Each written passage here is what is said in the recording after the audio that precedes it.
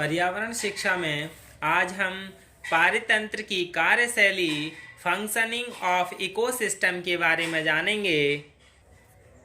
पारितंत्र की कार्यशैली मुख्यतः ऊर्जा प्रवाह के प्रारूप पर निर्भर करती है, क्योंकि जीवधारियों के सभी पक्ष ऊर्जा प्रवाह पर आश्रित होते हैं। The working style of the ecosystem mainly depends on the patterns of energy flow, because all sides of organisms are dependent on energy flow. ऊर्जा प्रवाह का प्रारूप जैविक तथा अजैविक पदार्थों के वितरण तथा संचालन में सहायक होता है। The energy flow patterns helps in the distribution and handling of organic and inorganic materials. पारितंत्र में 4 प्रकार के कार्य होते हैं, जो कि हम जान लेते हैं इनके नाम कि 4 प्रकार के कौन कौन से होते हैं।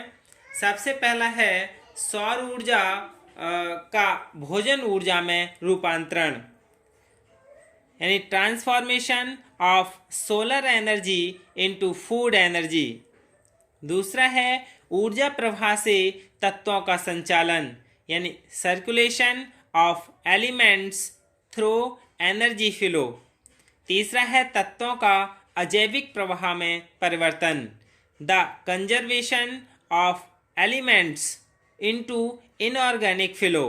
चौथा है पौधों की अभिवृद्धि तथा विकास, growth and development of plants. यानी ये क्या है, इसके ऊर्जा प्रवाह के कार्य 4 प्रकार हैं जिस तरह से वो कार्य करते हैं। और ये जो सभी कार्य हैं ये ऊष्मागतिकी के सिद्धांत पर कार्य करते हैं। ऊष्मागतिकी के सिद्धांत कौन से हैं, यानी ये जो कार्य थे 4, इन कार्यों का विवेचन ऊर्जा प्रवाह तथा पदार्थ संबंधी सिद्धांतों की सहायता से किया जाता है, जैसे थर्मोडायनेमिक्स यानी ऊष्मागतिकी का प्रथम नियम या प्रथम सिद्धांत। इसके अनुसार क्या है कि किसी प्रणाली या तंत्र या सिस्टम में पदार्थ तथा ऊर्जा स्थिर होती है, उसे ना तो उत्पन्न कर सकते हैं और ना ही नष्ट कर सकते हैं, लेकिन उसका एक रूप से दूसरे रूप में परिवर्तन तथा रूपांतरण होता है। यानी जो ऊष्मागतिकी का प्रथम नियम है उसमें क्या है कि ऊर्जा को ना तो उत्पन्न कर सकते हैं ना ही नष्ट कर सकते हैं, बल्कि एक रूप से दूसरे रूप में परिवर्तित या ट्रांसफॉर्मेशन या रूपांतरण कर सकते हैं। यह होता है जैसे विद्युत ऊर्जा को रासायनिक ऊर्जा में बदल सकते हैं। पारिस्थितिक तंत्र में ऊर्जा का इनपुट डोमेन्स यानी अदा पक्ष उसका संतुलन है तथा प्रदा पक्ष उसका रूपांतरण होता है।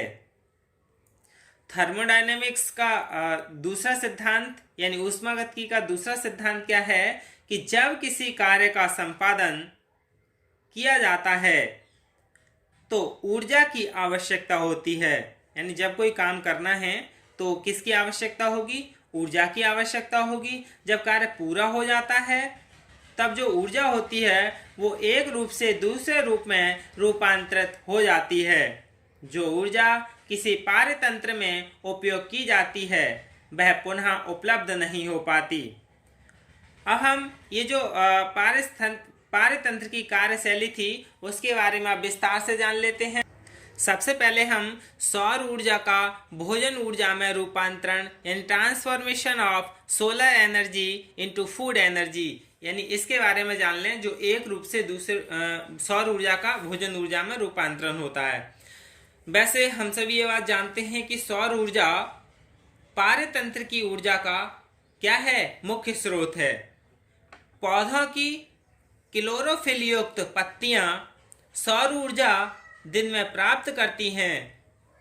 इसे कार्बन एसिमिलेशन क्रिया से ऊष्मा ऊर्जा में रूपांतरित करती हैं, जो पारितंत्र से वायुमंडल में चली जाती हैं। सौर ऊर्जा का अंश मात्र ही भोजन ऊर्जा में रूपांतरण होता है। प्रकाश संश्लेषण क्रिया द्वारा हरी पत्तियां अपना भोजन तैयार करती हैं।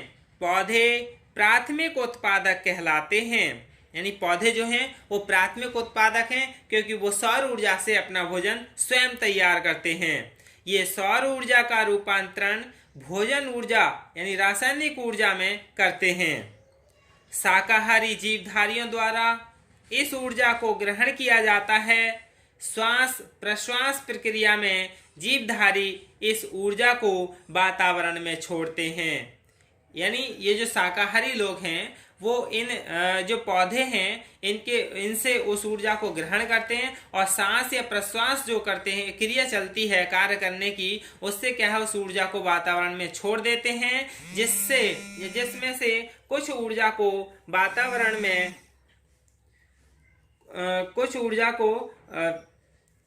वातावरण में छोड़ते हैं, जिससे कुछ ऊर्जा पुनः ग्रहण कर लिया जाता है। यह रूपांतरण ऊर्जा प्रवाह की प्रक्रिया निरंतर चलती रहती है। पारतंत्र की उत्पादकता इस बात पर निर्भर करती है कि जैविक पदार्थ प्रति इकाई समय में जैविक रासायनिक क्रिया द्वारा स्वयं अपने लिए कितना भोजन ऊर्जा तैयार करते हैं तथा उसमें से कितनी मात्रा में सौर ऊर्जा को संचित करता है। पारतंत्र की उत्पादकता को हम दो बातों से समझ सकते हैं, इन दो बातों पर निर्भर करती है। एक है प्राथमिक उत्पादक के लिए सौर ऊर्जा की उपलब्धता कितनी है, दूसरा पौधों की सौर ऊर्जा को रासायनिक ऊर्जा में रूपांतरण की क्षमता पर, कि रासायनिक ऊर्जा में रूपांतरण कितनी क्षमता पर किया जा रहा है। पौधों की यह रूपांतरण की क्षमता उत्पादकता को प्रभावित करती है। दूसरा है ऊर्जा प्रवाह से तत्वों का संचालन, यानी जो ऊर्जा प्रवाह है, एनर्जी फ्लो, उससे जो तत्व हैं, एलिमेंट्स, उनका संचालन यानी सर्कुलेशन किस तरह से होता है। किसी पारतंत्र में जैविक तत्वों में ऊर्जा प्रवाह से संचालन होता है। जैविक तथा अजैविक तत्वों का ऊर्जा प्रवाह से विपरीत दिशा में संचालन होता है। ये क्रियाएं वायुमंडल, जलमंडल, जीवमंडल तथा स्थल मंडल में होती हैं। पदार्थों की संपूर्ण मात्रा वही रहती है जो जैविक समुदायों के रूप में उपलब्ध होती है। ऊर्जा प्रवाह से पदार्थ जीव मंडल का निर्माण करते हैं, वितरण करते हैं तथा पुनः वितरण करते हैं। इस प्रक्रिया में अनंत श्रेणियां चक्रीय रूप में निरंतर तथा ऊर्जा के रूप में संचालित रहती हैं, यानी ये इसी तरह से निरंतर यानी कंटिन्यू संचालित रहती हैं। फिर है तत्वों का अजैविक प्रवाह में परिवर्तन। The conversion of elements into inorganic flow. पौधों तथा जानवरों के जैविक तत्व कई प्रकार से ऊर्जा मुक्त करते हैं। जैसे हम इस तरह से समझ सकते हैं कि पौधों के पत्तों, मृत पौधों, मृत जानवरों के विघटन होने से ऊर्जा का रूपांतरण होता है। वनस्पतियों के जलने एवं मानवीय क्रियाओं से ऊर्जा उत्पन्न होती है। और हम इस तरह से भी समझ लें कि विभिन्न प्रकार के अवशिष्ट पदार्थों का विघटन जीवाणुओं द्वारा किया जाता है, जो अजैविक रूप में मिट्टी में घुल मिलकर संचित होता है। यानी इस तरह से क्या है, एक रूप से दूसरे रूप में रूपांतरित होते रहते हैं। जैसे पौधों के पत्तों और मृत पौधों, मृत जानवरों के विघटन होने से क्या है, ऊर्जा का रूपांतरण होता है, यानी वो मिट्टी में मिलते हैं, फिर मिट्टी से पुनः इनकी उत्पत्ति होती है। फिर अगला है, लास्ट है इसका, पौधों की अभिवृद्धि तथा विकास, growth and development of plants. पौधे अपनी जड़ की सहायता से भूमि से अजैविक पौष्टिक तत्व यानी खनिज लवण लेकर पत्तियों तक पहुंचाते हैं। यानी पौधे क्या करते हैं, वो अपने जड़ की सहायता से, जड़ से जो भी पौष्टिक तत्व हैं या खनिज लवण हैं, उनके लिए क्या है, अपने जड़ की सहायता से अपनी पत्तियों तक पहुंचाते हैं, यानी जड़ से अवशोषित करते हैं, पत्तियों तक पहुंचाते हैं, और जिससे क्या है, पौधों की वृद्धि और विकास होता है। वृद्धि और विकास पौधों की जैविक रासायनिक प्रक्रिया द्वारा होता है, जिसे प्रकाश संश्लेषण कहते हैं। इस प्रकार के किसी पारतंत्र के कार्यों का संपादन होता है। अब हम ऊर्जा प्रवाह जान लें कि ऊर्जा प्रवाह होता क्या है। प्राणियों के जीवन की समस्त प्रक्रियाएं या समस्त क्रियाएं ऊर्जा के द्वारा संपादित होती हैं। विश्व में जीवों का अस्तित्व पारिस्थितिक तंत्र में होकर ऊर्जा के प्रवाह तथा पदार्थों के चक्र पर निर्भर करता है। इस ऊर्जा का प्रधान स्रोत क्या है? सूर्य है, जिसे हम सोलर कहते हैं, सूर्य है। सौर ऊर्जा अंतरिक्ष में किरणों के रूप में प्रवेश करती है, किंतु अनेक कारकों से उत्पन्न बाधाओं के कारण सूर्य से विकिरित होने वाली संपूर्ण ऊर्जा पृथ्वी तल तक नहीं पहुंच पाती। लगभग 57% और ऊर्जा का वायुमंडल में अवशोषण हो जाता है तथा अंतरिक्ष में बिखर जाती हैं, और 36% जल तथा भूमि को गर्म करने तथा जल का वाष्पीकरण करने में नष्ट हो जाती हैं। लगभग 8% प्रकाश ऊर्जा पौधों को प्राप्त होती है, जिसका 80 से 85% तक अवशोषण होता है।